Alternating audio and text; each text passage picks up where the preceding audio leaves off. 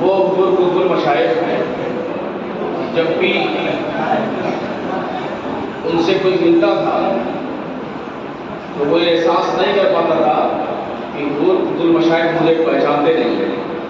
الحمدللہ ایک فرد کا نام یاد ہوتا تھا اور کہتے تھے باپو کیا حال ہے، کیسے ہیں آپ؟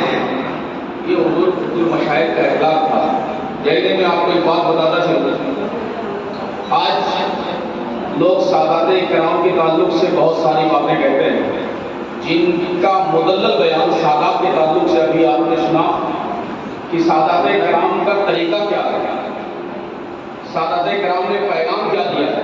یہاں تک کہ آپ نے دیکھا کہ کربلا کے مارکہ کے بعد شمر دلجوشن نے جب امام زین العابدین سے پانی مانگا، آپ نے اس کو پانی پلا دیا، اس کے بعد وہ کہتا تم مجھے پہچانتے ہو؟ امام زین العابدین نے فرمایا بالکل میں تمہیں پہچانتا ہوں کہ تم میرے باپ کا قاتل ہے، لیکن وہ تیرا کام تھا اور یہ میرا کام تھا۔ تو وہ آل رسول جس سے ہماری اور آپ کی نسبت ہے، حضور قطب المشائخ، چاہے غریب ہو، چاہے امیر ہو، چاہے یتیم ہو، کوئی ہو، سب کو ایک نظر دیکھتے تھے۔ بابر شخص نامی کٹھار کی سرزمین میں اس کا گھر بہت غریب تھا۔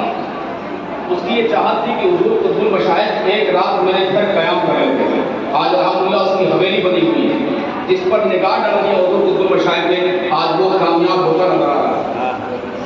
حضرات محترم، وہ شخص یہ خواہش رکھتا تھا کہ حضور قطب المشائخ میرے گھر ایک رات قیام کر لیں تو میرے لیے باعث مسرت کی بات ہوگی۔ بہت پریشان تھا۔ ہوتا یوں ہے کہ حضور قطب المشائخ جب اس علاقے میں پہنچتے ہیں، اسی گاؤں میں پہنچتے ہیں، تو وہ شخص پہنچ جاتا ہے اور ہاتھ جوڑ کر کے کہتا ہے، بہت غریب تھا ہوگا، اس کا گھر بھی نہیں بنا ہوا تھا، چھپر رکھا ہوا تھا، یہاں تک کہ صحیح معنوں میں چھپر بھی نہیں تھا، اگر بارش ہو جاتی تو چوتا بھی تھا۔ حالات ایسے بھی تھے اس کے ساتھ، جا کر کے حضور قطب المشائخ کی بارگاہ میں حاضر ہو گیا کہ حضور آج میرے گھر قیام کر لیں، یہ میرے لیے سب سے بڑی باعث مسرت کی بات ہے۔ حضور قطب المشائخ مسکراتے ہیں کہ ٹھیک ہے بابو، آج ہم ہمارے گھر ٹھہریں گے۔ حضور قطب المشائخ جاتے ہیں، اس کے گھر قیام کرتے ہیں، کھانا تناول فرمانے کے بعد میں آرام کرتے ہیں۔ معاملہ یہ پیدا ہوتا ہے کہ بارش شروع ہو جاتی ہے۔ کیا بارش شروع ہو جاتی ہے؟ وہ شخص پریشان ہو جاتا ہے کہ آج ہم نے اپنے شہر کو اپنے گھر پہ اگر ٹھہرایا تو اللہ تعالیٰ نے باران رحمت عطا کر دی۔ آقا وہ پہنچتا کیا؟ پہنچا اپنے پڑوس کے پاس اور کہا کہ بھائی سنو، آج ہم نے اپنے پیر کو ٹھہرایا تھا، بارش ہونے لگی، میرا گھر چھو رہا ہے، میرے پیر بھیگ رہے ہیں، آپ اپنے گھر میں قیام کا انتظام کر دیں، میں حضور کو لے کر کے آ رہا ہوں۔ کچھ لوگ جلدی پہنچے حضور قطب المشائخ کی بارگاہ میں۔ جب پہنچے تو آپ بستر سے بیٹھے ہوئے تھے، بارش آپ کے اوپر گر رہی تھی، آپ بھیگ رہے تھے۔ اللہ اکبر، لوگوں نے کہا حضور چلیں، اور آپ طلع کے ہاں بستر کا انتظام ہو گیا۔ تو حضور قطب المشائخ کا جواب سنو، ایک غریب کا دل نہیں دکھاتے، ایک چاہنے والے کا دل نہیں دکھاتے، فرماتے ہیں زمانہ ہو گیا میں نے بارش میں نہایا نہیں ہے، آج وہ دن کو بارش میں نہا لینے دو، آج مجھے کہیں نہیں جانا۔ یہ حضور قطب المشائخ کہ انکساری تھی میرے ملت کے نوجوانوں۔ ہم اپنے قسمت میں جتنا بھی رش کریں کم ہے کہ ہمارے اور آپ کے ہاتھوں میں دامن آل رسول ہے، اور ضرورت ہے کہ ان کی ہر بتائی ہوئی باتوں پر عمل کرنا۔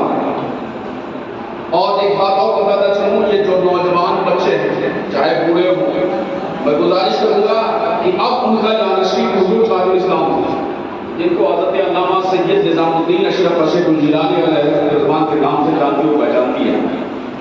ان کی کرامتوں کو آپ نے مشاہدہ کیا ہوگا، ان کی باتوں کو آپ ملاحظہ کر رہے ہیں۔ اگر ان کی زبان سے کوئی بات نکل جائے تو یقیناً وہ ہوتی ہوئی نظر آتی ہے۔ میں دعوے کے ساتھ کہتا ہوں، اس بات کو شکیل اشرفی موقع میں رہ کر ایک دیہات میں رہ کر کے اگر آج وہ ہندوستان کا سفر کر رہا ہے تو یہ مخدوم ارشد جہانگیر سمنانی کی اولادوں کا صدقہ، ورنہ کسی بھی صورت میں شکیل کو کوئی پہچانتا نہیں۔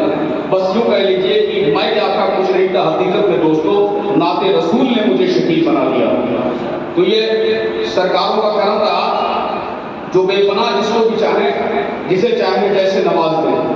لہذا جو لوگ مرید نہیں ہوئے ہیں وہ اس بات کے حضور تاج الاسلام آئے کوئی ذہن بنا لیں کہ ایک ایک بچہ ہمارا منیب ہو جائے گا، تاکہ کل جو یہ گھوڑیا پیر ادھر ادھر گھوم رہے ہیں نا، آج تو لوٹا پیر، سوٹا پیر، چھوٹا پیر، ایک سے ایک بابا گھوم رہے ہیں۔